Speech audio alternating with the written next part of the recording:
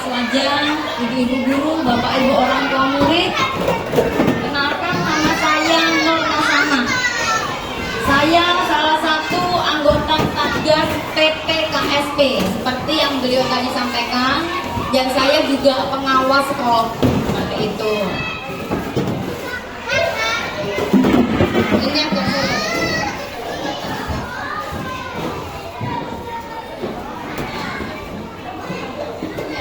maaf saya berdiri saja ya ayahnya. Iya. Nah, Bapak Ibu, kita akan belajar bersama-sama apa sih pencegahan dan penanganan tindak kekerasan yang ada di Kota Jayapura. Nah, di dunia pendidikan ini, Bapak Ibu pasti udah dengar ya, marah. Ada pernah gak dengar anak kecil dicabulin? Pernah? Iya. Beberapa tahun yang lalu ada anak sekolah PAUD sedang dicabuli oleh penjaga sekolahnya. Kemudian kita juga banyak anak-anak ada yang mengalami tindak kekerasan, pernah dengar ya? Nah, Satgas ini dibentuk itu berdasarkan Permen 46 tahun 2023. Ini adalah himbauan dari Pak Menteri, bahkan episode yang ke-25 tentang pencegahan dan penanganan kekerasan. Bapak Ibu, Kota Jayapura sudah membentuk Satgas. Ini saya gambarnya nggak begitu kelihatan ya. Ketuanya adalah Bapak Yopi Hanuebi. Beliau kepala bidang SMP, itu adalah ketua Satgas. Kemudian kami nanti kami akan perkenalkan siapa saja sih di Satgas Kota Jayapura. Nah, ya next. Permen Ristek 46 seperti tadi yang saya sampaikan, yang menjadi sasaran di dalam permen ini, siapa sih yang dilindungi? Di situ adalah peserta didik, berarti putra putri daripada bapak ibu itu dilindungi ketika ada kekerasan. Nah, nanti kita akan belajar kekerasan bentuk apa saja sih yang dilindungi. Kemudian selain anak-anaknya, ibu guru, kepala sekolah, TU, dan semua orang yang ada di satuan pendidikan itu dilindungi berdasarkan Permen 46. Bahkan misalnya ada papa mama biasa mengantar anak-anaknya ke sekolah ya. Nah, ketika papa mama mengantar anak-anaknya ke sekolah, tiba-tiba ada tindakan kekerasan. Mungkin ada orang datang pukul kita atau orang langsung menabrak kita. Papa mama pun juga dilindungi. Jadi semua warga dikatakan di sini yang sedang beraktivitas, di sekolah, mereka mendapat perlindungan. Jadinya pemerintah ini sangat-sangat luar biasa memperhatikan kita. Kemudian cakupannya di mana saja sih? Di lokasi, di satuan pendidikan. Kemudian lokasi kekerasan di luar satuan pendidikan, tetapi dalam kegiatan. Nah, kira-kira kita di sini ini masuk dalam perlindungan nggak kegiatan kita hari ini? Iya, yang nomor 2, lokasi kekerasan di luar satuan pendidikan tapi dalam kegiatan satuan pendidikan. Misalnya kita ada kegiatan outdoor, pergi ke satu tempat, terjadi sesuatu, masih dalam payung Permendikbudristek ini, karena masih ada dalam lingkup satuan pendidikan, seperti itu ya. Kemudian yang berikutnya, yang melibatkan lebih dari satuan pendidikan. Nah, ini biasanya kebanyakan maraknya SMP SMA ya. Sekarang sudah mulai tahu berantem. Biasanya berantemnya itu gara-gara hal kecil saja. Gara-gara ceweknya diganggu, gara-gara apa lagi, bully. Nah, seperti itu. Iya, next. Nah, Sekarang saya mau bertanya nih kepada papa mama. Apa sih yang sedang papa mama pikirkan ketika dengar kata kekerasan? Boleh ya kita interaktif ya. Apa sih menurut kita kekerasan? Silakan Bu, pendapatnya setelah dengar kata kekerasan itu kira-kira ada yang di pikirannya Bapak Ibu, ada apa itu kekerasan? Apa itu kekerasan? Boleh ayo. Ya silakan.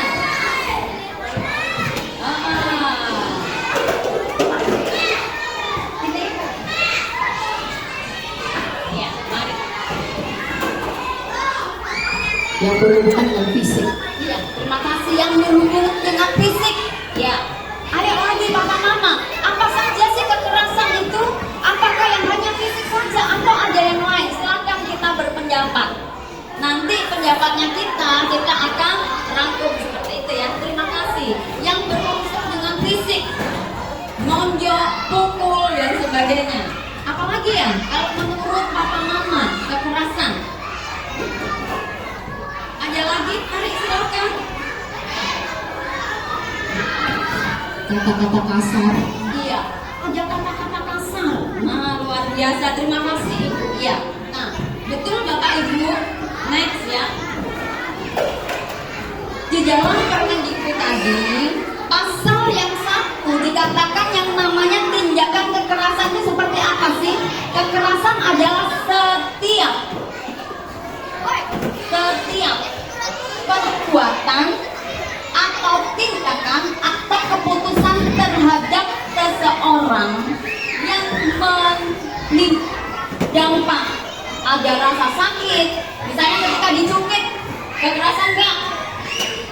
Ditabok, kekerasan enggak? Kita dikata-katain kamu jelek, kekerasan enggak? Menimbulkan rasa sakit. Kadang kita bilang, orang bilang bodoh, sakit. Nah, seperti tadi yang ibu sampaikan, ngomong yang kasar saja sakit, ngomelin orang sakit. Nah, katakan di sini yang menimbulkan rasa sakit. Jadi rasa sakit itu tidak fisiknya kita. Kalau tubuhnya kita dipukul sakit, tetapi ketika kita dikata-katain sakit yang tidak. Ibu-ibu, kalau bapak-bapaknya ngata-ngatain kita kasar sakit nggak ya? Sakit luar biasa. Ada nggak bapaknya di sini? Sayang Bu, bapaknya nggak ada di sini. Iya. Kemudian kalau anak kita sampai kita kata-katain dengan kata-kata yang sakit nggak ya? Anak-anak kalau dikata-katain dengan hal yang kasar, sakit kan tidak? Sakit Bapak Ibu. Saya pernah punya murid tuh selalu dikit-dikit kalau dia melakukan gagal dia selalu bilang saya. Dia selalu menyakiti diri, dia selalu menyakiti dirinya. Saya bodoh, saya gagal, saya tidak berhasil. Ini maut. Jadi selidik. Ternyata lakukan itulah yang sering dialami di rumah. Bikin begini tidak bisa, mamanya bilang goblok kamu gitu saja tidak bisa. Sakit. Ketika dia melakukan sesuatu diperlakukan tidak baik, sakit. Kita suka bilang gini ya, daripada disakiti dengan kata-kata, lebih baik disakiti dengan pukulan. Betul? Pernah bilang apa dengar kata-kata itu? Pernah kan tidak ibu-ibu? Daripada kamu ngomong kasar, lebih baik pukul saya. Pernah dengar nggak? Saya pernah dengar orang bilang begini, disakiti dengan kata-kata itu habis sakitnya. Sakitnya itu minta ampun seperti itu. Iya, sakitnya luar biasa. Nah, kemudian ada luka. Luka bukan saja tubuh, hati kita bisa luka. Luka? Luka enggak?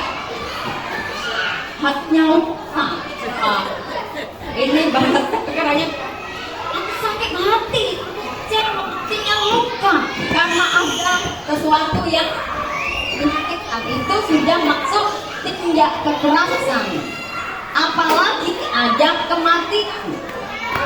Kemudian penderitaan seksual atau produktif, kemudian berkurangnya atau tidak berfungsinya bagian atau seluruh anggota tubuh secara fisik, intelektual, mental.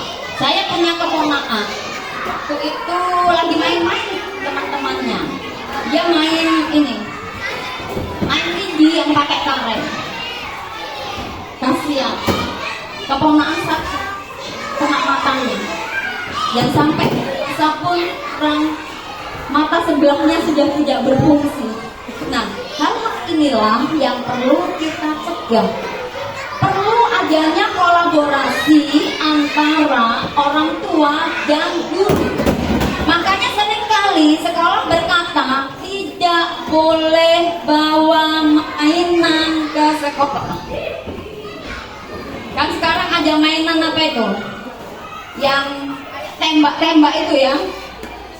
Itu saya kalau apa yang ininya kecil, pelurunya kecil, berbahaya seperti itu. Nah, sebagai bentuk rasa sayang kita kepada anak, ayo kita cegah.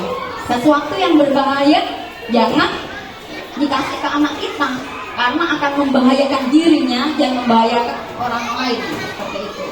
Kemudian hilangnya kesempatan untuk mendapatkan pendidikan. Kalau misalnya ya cacat dan sebagainya, kesempatan untuk pendidikan sudah berkurang.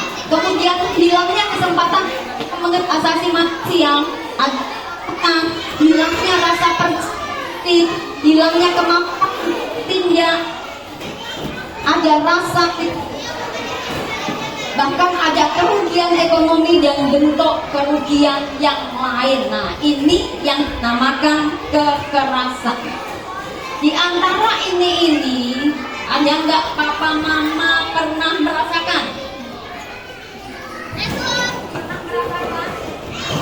Aku dulu kecil itu suka dicubitin bapakku, aku suka diciuran sama mamaku. Waktu kita sedang dicium sama mama, sakit nggak ya? Sakit.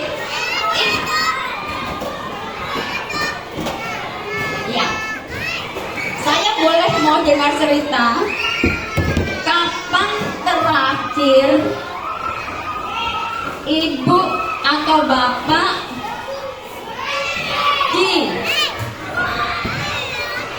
ada tindakan kekerasan oleh orang tua kita? Masih ingat? Kapan terakhir bu?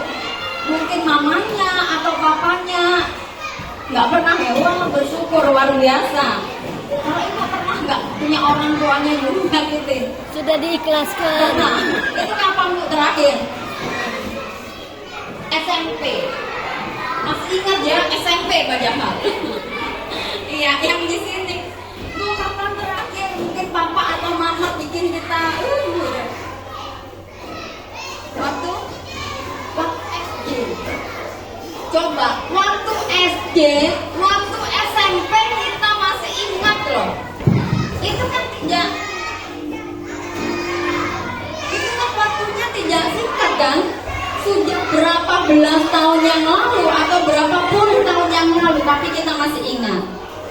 Nah, sekarang pertanyaan kedua, kapan terakhir bapak ibu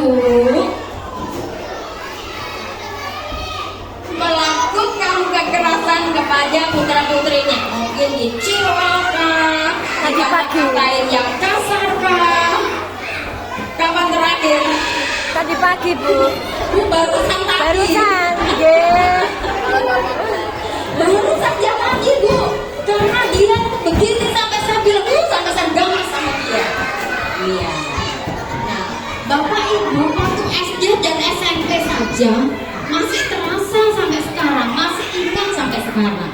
Nah, artinya, ayo, sekarang kan kita udah tahu nih. Dulu kan papa mama kita nggak tahu ya, belum ada ini Permendikbudristek 23 belum ada. Tetapi sekarang sudah ada. Ayo. Jangan tinggalkan bekas luka di hati anak kita. Jangan biarkan anak kita dendam. Saya pernah punya murid bilang begini, Bu Guru, nanti saya besar mau jadi tentara. Kenapa? Saya tembak sama bapak. Coba, yang mau tembak bapaknya. Karena bapaknya itu saking seperti itu. Jangan sampai kita menimbulkan anak kita kecewa sama kita, sakit hati sama kita. Makanya hari ini stop.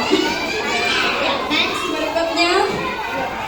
Ya, nah ini bentuk-bentuk menurut Permendikbudristek ini ya Bapak Ibu, ini kekerasan fisik. Nah, kekerasan fisik tadi yang disampaikan oleh Ibu, kekerasan fisik itu bisa dilakukan dengan alat atau tanpa alat. Kalau misalnya di sekolah terjadi tonjokan, itu tanpa alat. Tetapi ada yang bawa pentung, pukul, nah itu pakai alat. Kemudian yang kekerasan psikis tadi yang verbal, seperti Ibu juga sampaikan. Nah, tadi kata-kata kasar itu adalah kekerasan fisik. Mentalnya dia sakit. Kemudian ada kekerasan seksual. Nah, kekerasan seksual itu yang saya masih lihat kapan itu saya ke salah satu tempat, tiba-tiba ada anak laki-laki nih, dia lari-lari gitu, melototin temannya punya rok. Celana. Itu adalah salah satu contoh. Nah, sekarang kita, papa mama, perlu kita kerjasama. Kita mencegah, kita ngajari anak-anak kita di rumah. Nah, kita harus sayang sama teman. Kita harus seperti ini. Kita harus seperti ini. Tidak boleh. Nah, kita bersyukur ya, kita di Muslim itu kan ada namanya bukan mukrim. Nah, diajarin dari kecil. Nah, itu bukan mukrimnya. Karena anak-anak mereka umur 2 tahun saja itu sudah mulai timbul seks pertama. Mohon ya, bunda-bunda, nanti kalau punya anak umur 2 tahun, tolong jangan papanya disuruh untuk cebokin, nggak boleh. Karena dari umur 2 tahun anak-anak sudah mulai bisa terangsang. Kemudian kalau kita lihat anak-anak suka pelorotan begini, itu adalah untuk memuaskan seksualnya, nggak boleh kan? Pernah ya lihat anak pelorotan bukan di sini, tetapi di sini. Nah, itu ayo kita belajar mencegah. Nah, mencegahnya bagaimana sih? Nah, kegagalan kita ketika kita mencegah, kita bukan kasih pengertian yang baik, tapi kita tidak boleh begitu, itu begini, tidak baik perempuan begini. Stop dengan kata-kata kasar. Kata-kata kasar tidak akan mengubah dia. Anak-anak kita butuh pengertian. Nah, kenapa nggak boleh seperti ini?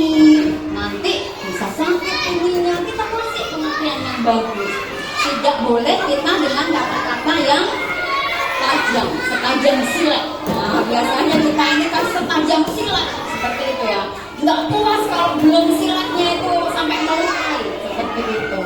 Nah, kita kemudian yang berikutnya itu diskriminasi dan intoleransi. Nah, diskriminasi itu ada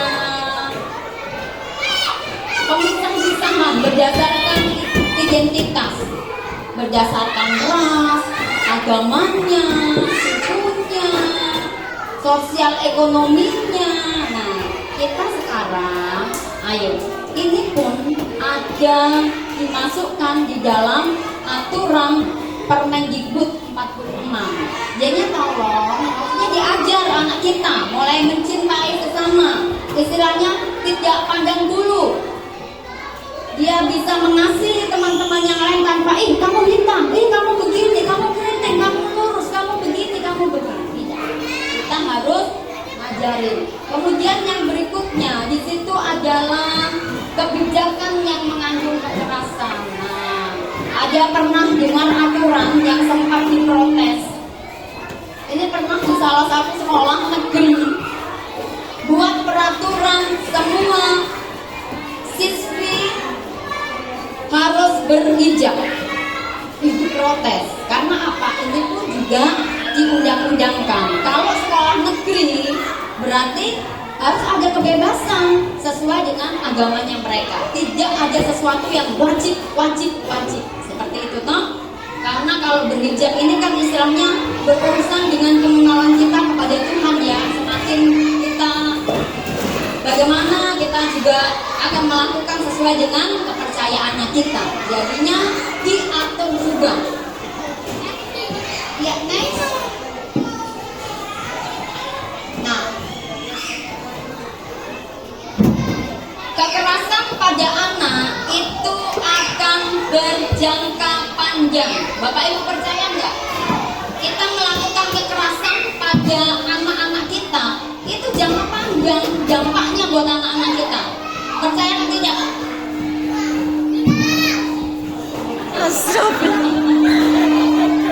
Iya, kepala sekolah saja yang percaya, yang lain percaya atau tidak? Iya, berdampak panjang Bapak Ibu. Nah, karena ketika anak dikasih kekerasan secara fisik atau secara psikis, anak akan jadi minder, anak akan tidak percaya diri, anak akan menjadi pemurung, dia tidak ceria lagi. Nah, kan seringkali kita ini suka apa saja yang kita lihat di anak kita salah misalnya gitu. Tidak boleh begitu, tidak boleh begini, tidak boleh begini, tidak boleh begini. Terus kalau semua tidak boleh, anak kita disuruh apa? Dia duduk mau berdiri jangan, mau bergerak dikit jangan, mau begini dikit jangan. Berarti suruh tidur doang seperti itu. Nah, kata-kata yang terus jangan melarang tuh membuat anak juga tidak berkembang Bapak Ibu. Saya juga salah satunya. Orang tua saya itu karena saya satu-satunya di rumah seperti itu ya. Saya anak angkat satu-satunya. Mama, bapak saya itu terlalu overprotective. Semua apapun tidak boleh. Mulai ikut renang nggak boleh, makanya saya pendek kan, nggak boleh ikut renang hari itu. Kalau coba saya hari itu bisa ikut renang, pasti saya tinggi begitu.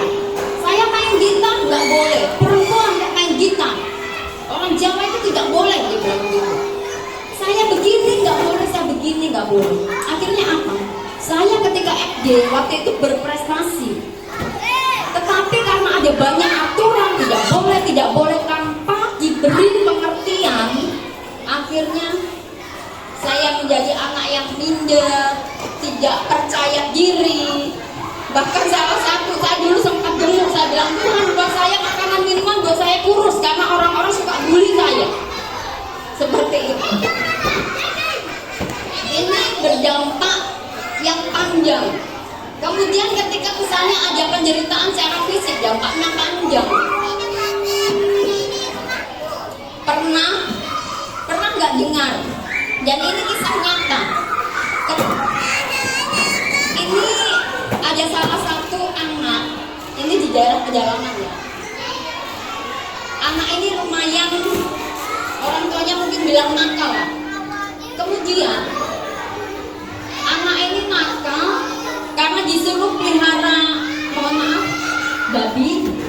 Dipelihara itu, anak ini jual. Papanya jengkel, dia potong dia punya telinga, dan anaknya kasih makan itu telinganya, dikasih jejal gitu. Tapi bersyukur anak itu sempat terlayani dengan baik. Waktu itu ketika ada salah satu pelayanan, dia sempat berkata, dia bilang ini, sama guru bapak saya. Dia bilang semua betul, sampai dia kehilangan salah satu anggota tubuh seperti itu. Tapi bersyukur sudah dilayani bukan sesuai dengan agamanya, dan bersyukur hari ini beliau jadi pendeta memang. Ya, next. Nah, ini yang biasanya ibu-ibu sama bapak lebih aman mana punya anak laki atau punya anak perempuan? Mana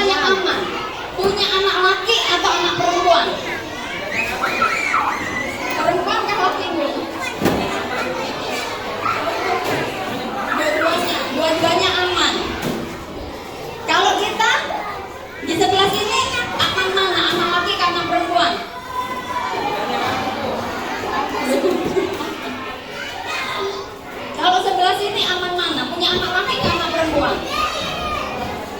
Laki-laki katanya.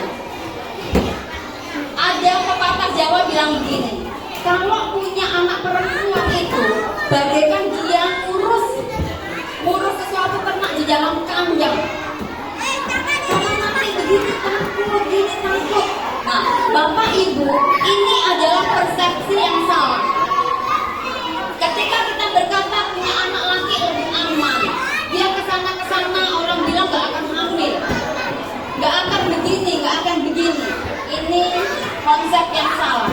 Punya anak laki, punya anak perempuan, semua harus dijaga. Karena sekarang banyak orang-orang yang melakukan tindak kekerasan seksual sama laki juga. Ibu bapak harus selektif.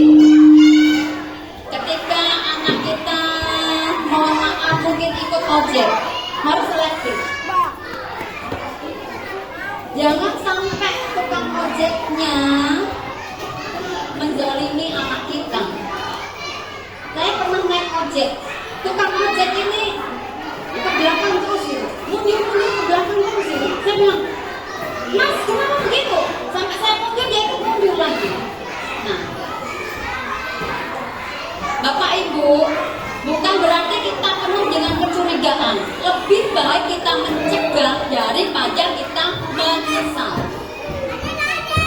Saya sambil kasih sedikitnya perbedaan otak laki-laki dengan otak perempuan. Otak perempuan itu 30% lebih tebal daripada otak laki-laki.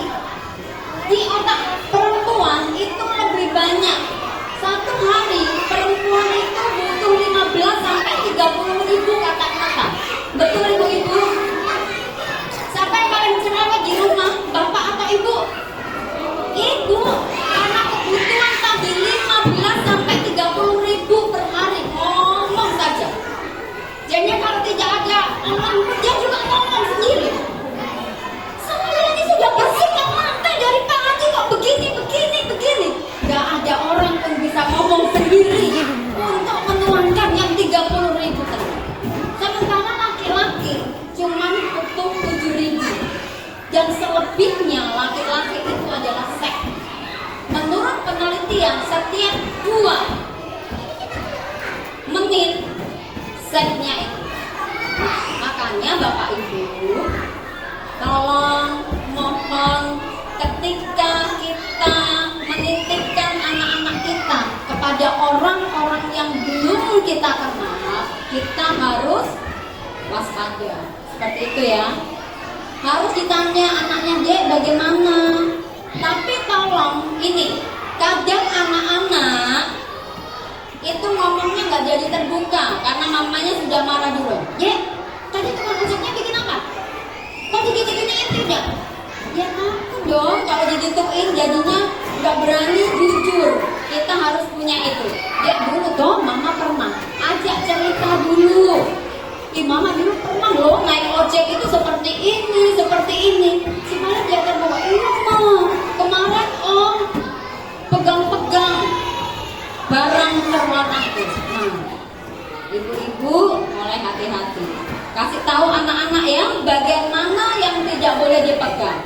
Bagian dada, bagian angin, ini juga tidak boleh seperti itu.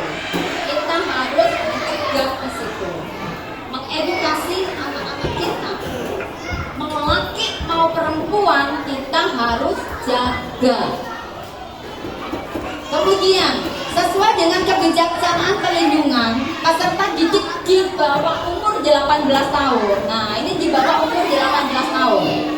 Kalau di atas 18 tahun, ada laki perempuan, misalnya melakukan hubungan, itu tindak kekerasan atau bukan? Ya itu karena suka sama suka, sama-sama mau. Tetapi kalau di bawah 18 tahun itu dikategorikan tindak kekerasan seksual. Seperti itu kan? Kemudian kreatif itu penting kepada kita. Kita nggak boleh ngiming-ngiming hadiah. Kita juga tidak boleh ada ancaman-ancaman yang membuat anak kita takut. Tetapi kita perlu memberikan apresiasi buat anak kita. Ya, next saya ini, ya lanjut saja Bu. Ya, nah ini ketika kita mendapati anak-anak kita misalnya ada perlakuan kekerasan di sekolah, kita nggak boleh langsung nabrak Bapak Ibu. Pokoknya saya nggak terima. Ada alur-alurnya.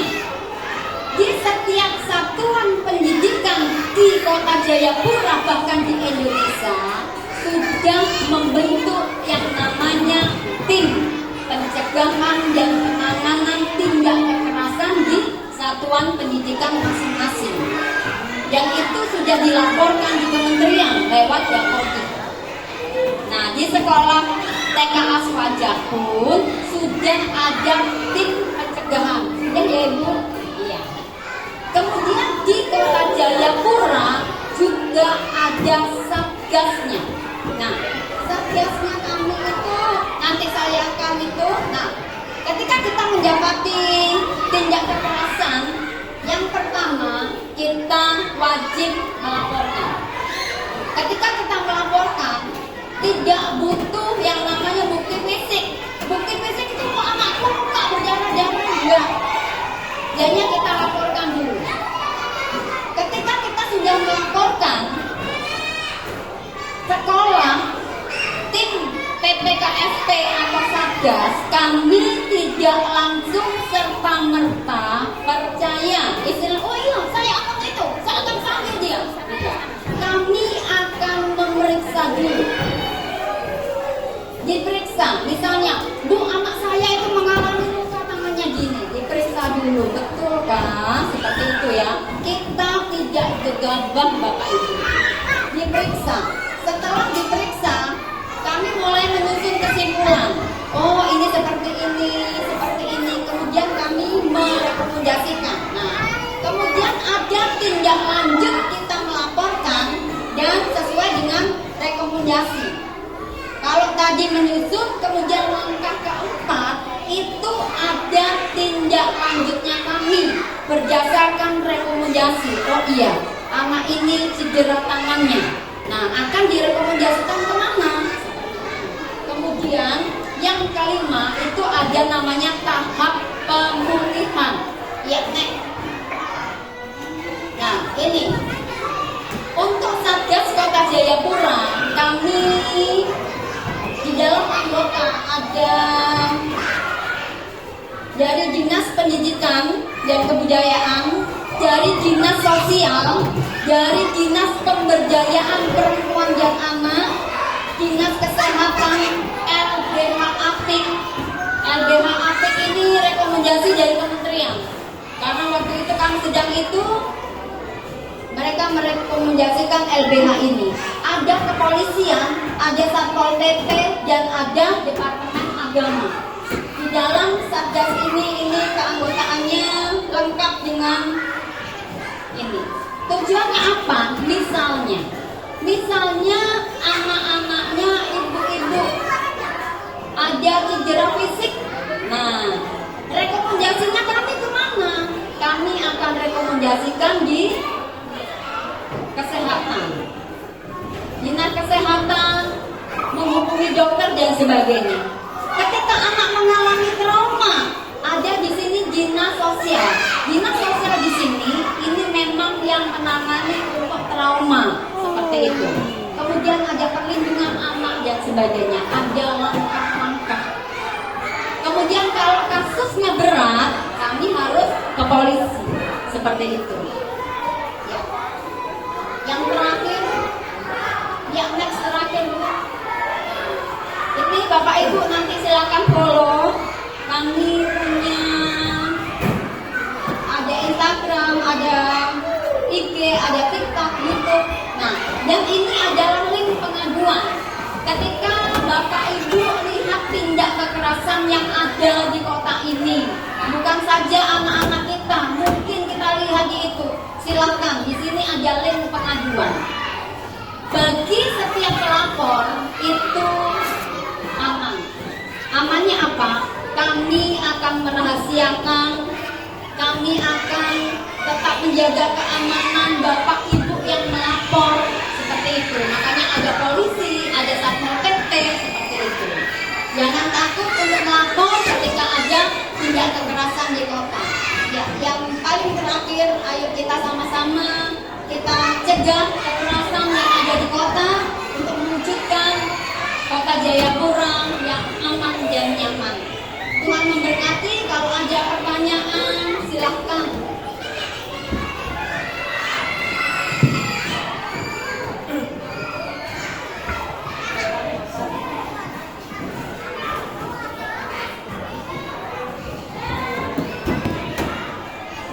Yang mau bertanya, silahkan.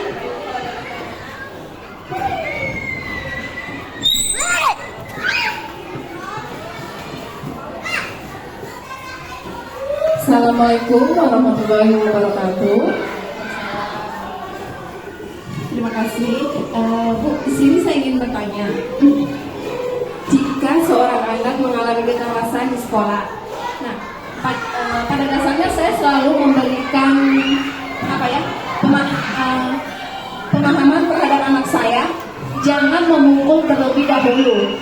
Namun jika kamu dipukul, tapi setelah melakukan guru, tapi anak itu masih memukul, kamu boleh pukul balik. Menurut ibu bagaimana? Sedangkan kalau menurut saya itu termasuk suatu pembelaan diri untuk anak kita. Nah, mungkin kedepannya kan itu bermanfaat juga jika anak kita sudah ke jenjang SD. Jadi kepercayaan diri atau untuk membela diri. Menurut ibu bagaimana? Terima kasih. Ini pertanyaan mantap sekali ya. Iya. Saya juga pernah mengalami seperti itu, Ibu. Anak saya dipalak-palak. Anak saya juga pernah mengalami tindak kekerasan.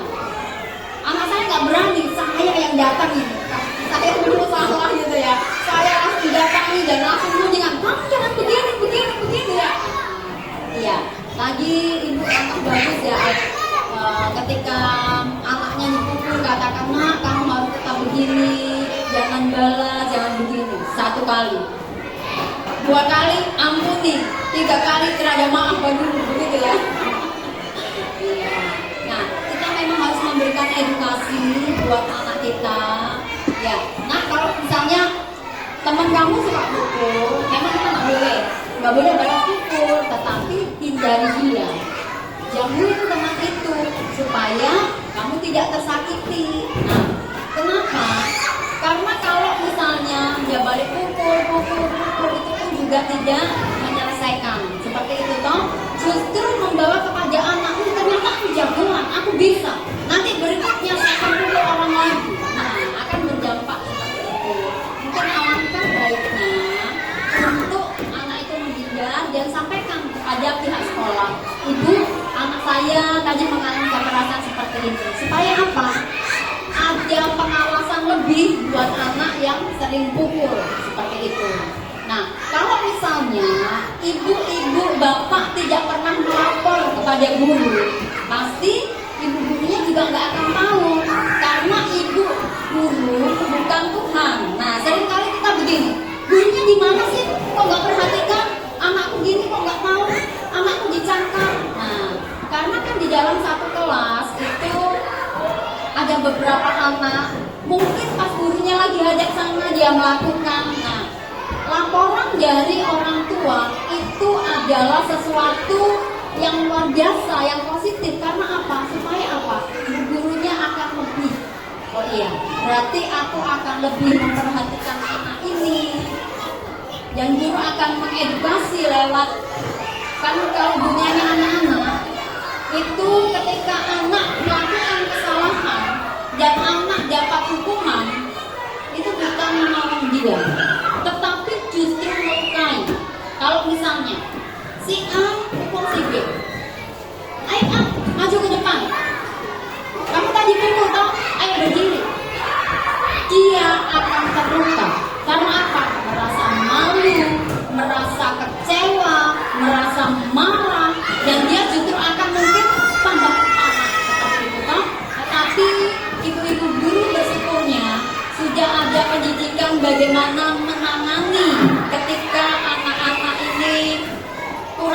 sesuai dengan harapan kita lewat bercerita, lewat pendekatan dan sebagainya. Jadinya saran saya jangan suruh pukul ya Bu ya, suruh bagus, suruh menghindar, karena itu kan bentuk yang kita juga nggak mau berdosa sama Allah seperti itu ya. Oke, terima kasih dan memberkati. Mari ada yang lain silakan.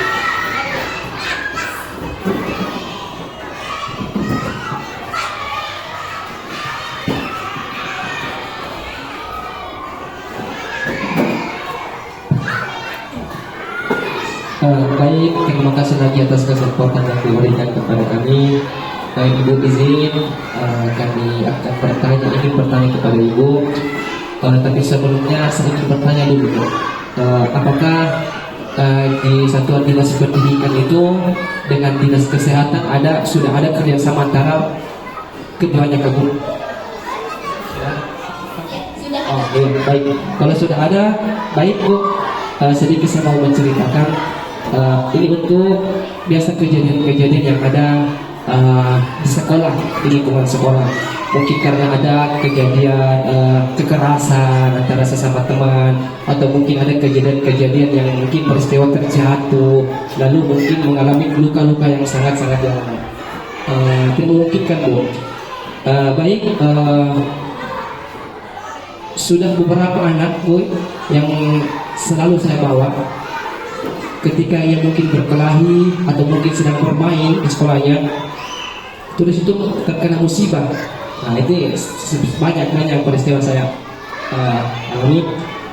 Ketika anak itu terjatuh, mungkin kepalanya terbocor atau bagaimana, perlu penanganan medis. Begitu saya antar ke rumah sakit Bu, ternyata untuk dana pengobatan ini harus ditanggung sendiri. Mungkin saya pikir, mungkin kalau memang sudah ada kerjasama antara dinas pendidikan dan kesehatan, itu sudah mungkin ditanggung dari dinas kesehatan kan. Karena biasanya kita kalau bawa, apalagi kalau sudah ada BPJS, sudah ada BPJS-nya itu biasanya dia mengatakan kita tidak terima BPJS untuk luka seperti ini. Akhirnya mungkin seharusnya ada, harus diperhatikan seperti itu, karena kita kan tidak tahu bagaimana seorang anak bermain di sekolah, dan kita juga tidak mau musibah-musibah itu terjadi kepada anak-anak kita yang ada di sekolah. Seperti itu Bu. Mungkin ini dulu. Terima kasih Bapak. Ya, kita dinas pendidikan dengan kesehatan kita sudah MOU. Apalagi setiap sekolah ya Ibu, itu kan ada MOU dengan puskesmas. Memang langkah pertama itu puskesmas Bapak. Setiap lembaga pendidikan punya MOU dengan puskesmas yang terdekat di sekolah itu. Sudah ada MOU-nya ya Bu ya. Karena itu ada juga salah satu persyaratan ketika sekolah mau diakreditasi harus ada MOU dengan pihak kesehatan. Salah satunya puskesmas. Bila terdekatnya dengan rumah sakit, mereka dengan rumah sakit seperti itu toh.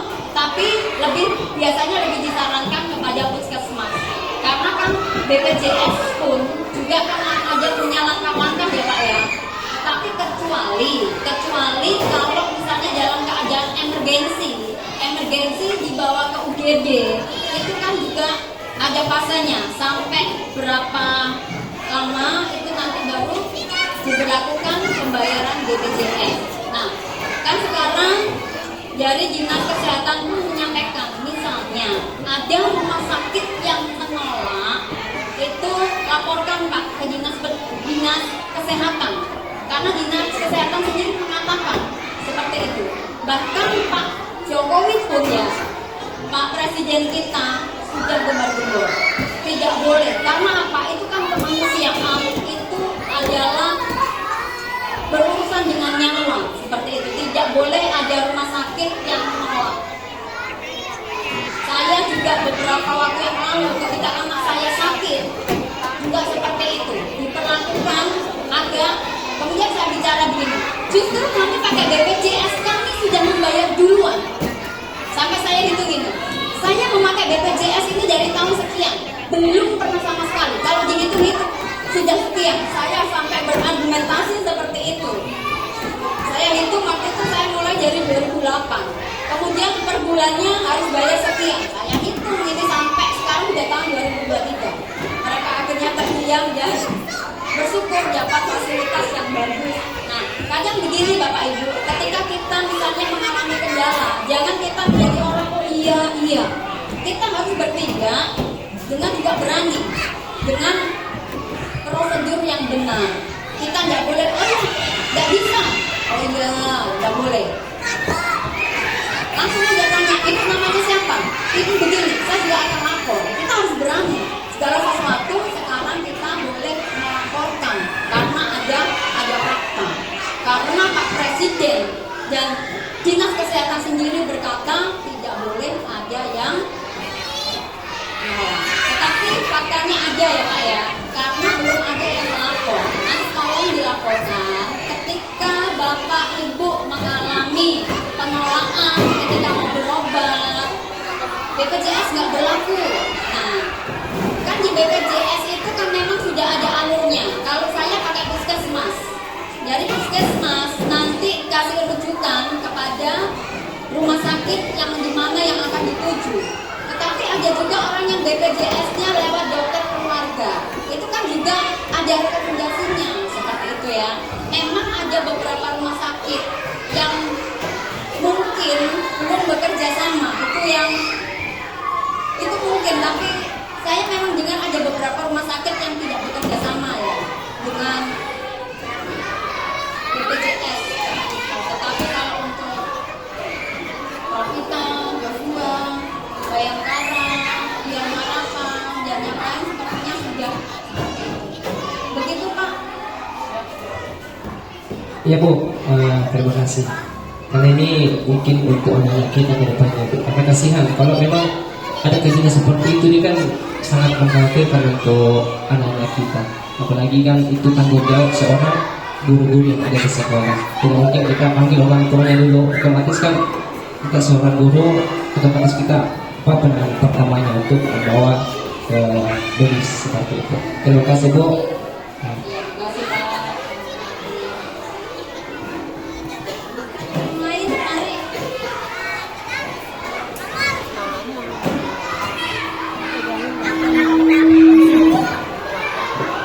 Mending saya yang capek. Mau bertanya dari Bapak Ibu?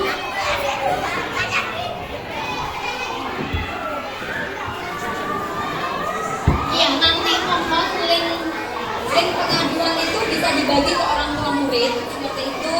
Misalnya kalau ada apa-apa, Ibu Bapak laporkan saja. Kami akan merahasiakan nama Bapak Ibu pelapor. Termasuk keamanan Bapak Ibu pun juga akan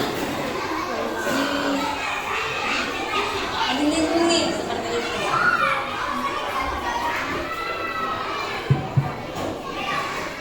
Izin Bu, masih bisa Bu. Baik, terima kasih banyak atas kesempatan yang diberikan. Tadi kita sudah mendengarkan pengetahuan tentang kekerasan anak di lingkungan sekolah. Itu kan sudah langkah-langkahnya ketika seorang anak mendapatkan kekerasan fisik, berarti ada sudah langkah-langkahnya untuk melapor ke yang ditentukan.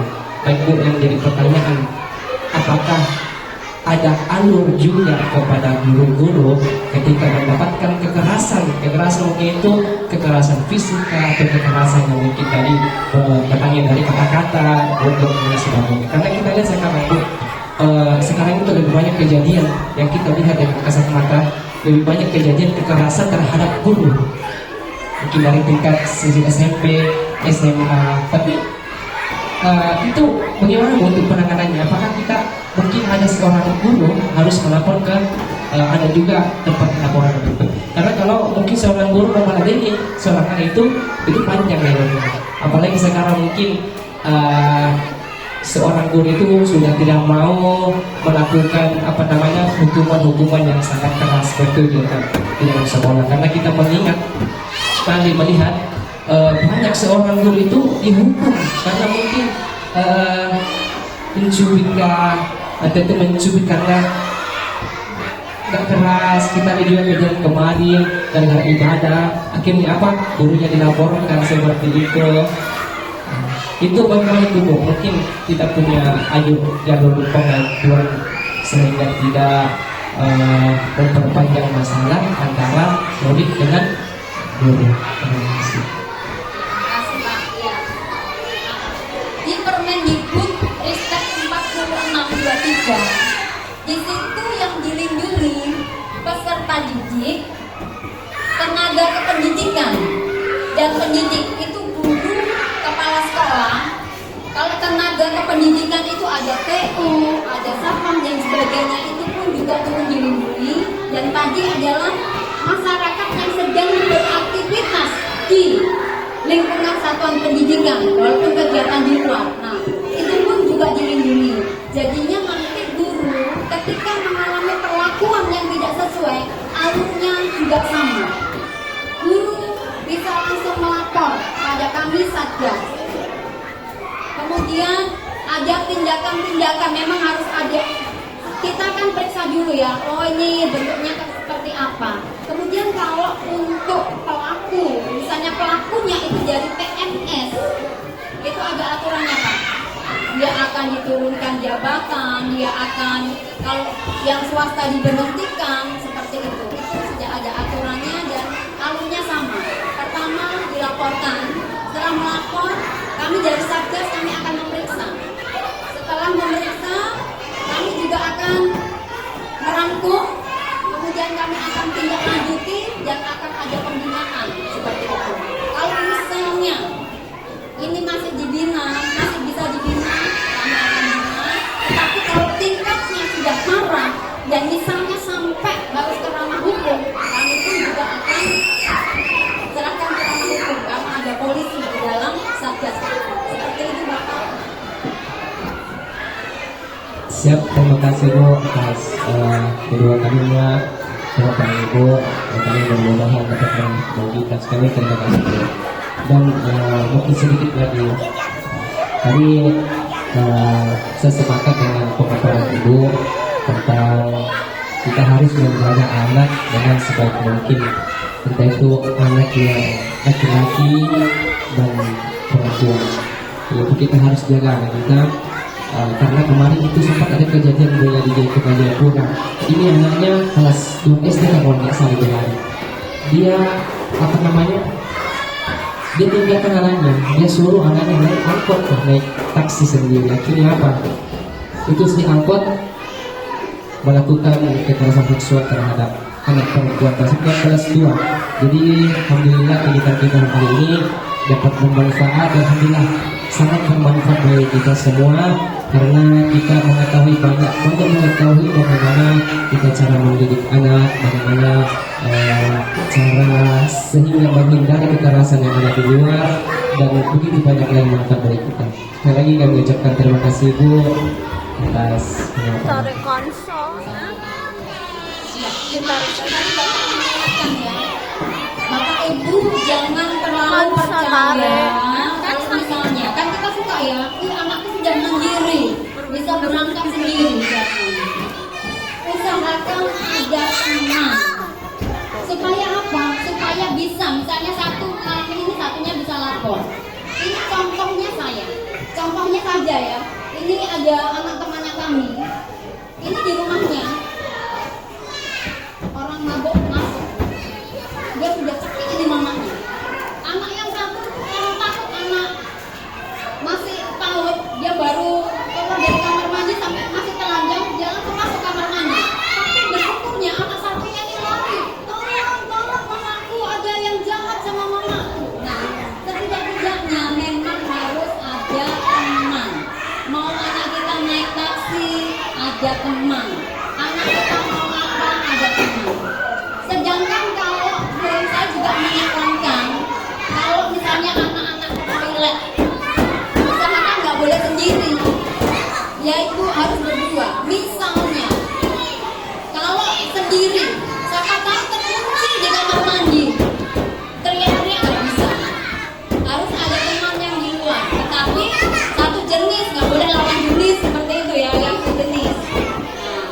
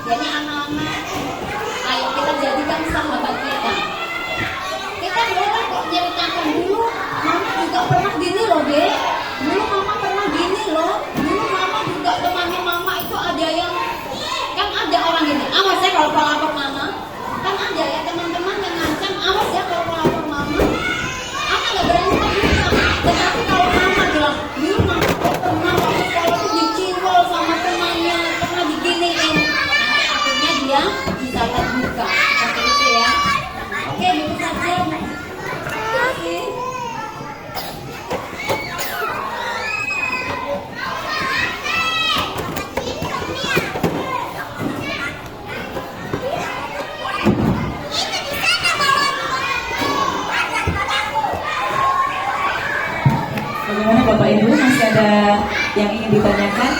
Mungkin nanti tapi kurang jelas untuk linknya ya Ibu. Nanti akan linknya kurang jelas nanti akan kami share ke Bapak Ibu tentang tidak dari pencegahan dan penanganan kekerasan di lingkungan satuan pendidikan atau di lingkungan sekolah. Mungkin saya sedikit simpulkan ya Bapak Ibu, tindakan kekerasan itu bukan hanya anak-anak yang mengalami kekerasan. Kalau toh seandainya ibu guru juga bisa mengalami jadi korban kekerasan, kan juga bisa Ibu yang mungkin dari orang tua atau dari lingkungan sekitar, atau bahkan juga orang tua juga bisa menjadi korban dari tindak kekerasan, mungkin dari ibu guru yang berkata-katanya kurang sopan dan yang tadi menyebabkan sakit hati. Jadi ya kalau mau dilaporkan ya mungkin nanti sebelum bisa diselesaikan secara kekeluargaan mungkin Bu ya baru kita lanjut melalui satgas begitu mungkin kalau ada hal-hal kekerasan yang terjadi khususnya di lingkungan sekolah. Di langkah pertama tentunya penyelesaian secara kekeluargaan dengan guru, dengan pihak-pihak terkait. Kalau seandainya memang sudah tidak bisa ditemukan jalan keluar, kami akan lanjut ke tim pencegahan dan penanganan kekerasan, kemudian akan dilanjutkan ke satgas dan seterusnya sesuai dengan prosedur yang berlaku. Insya Allah nanti akan kami kirimkan linknya ke Bapak Ibu, link untuk pelaporan apabila terjadi tindak kekerasan di lingkungan khususnya di satuan pendidikan di sekitar kita. Mari kita sama-sama bekerja sama untuk mencegah, bekerja sama untuk menangani, dan bekerja sama untuk mencari jalan keluar. Seperti itu Bapak Ibu. Terima kasih atas perhatiannya. Mungkin nanti kalau misalnya ada hal yang belum sempat ditanyakan, yang ingin ditanyakan bisa nanti disampaikan ke sekolah. Nanti kami lanjutkan ke Satgas Kota. Begitu saja. Sekali lagi terima kasih Bu Nur untuk waktu dan kesempatan yang telah diberikan kepada kami semua. Tentunya apa yang sudah Ibu berikan menambah wawasan dan pengetahuan bagi kami. Sekali lagi terima kasih. Kembali lagi kepada Ibu untuk ditutup.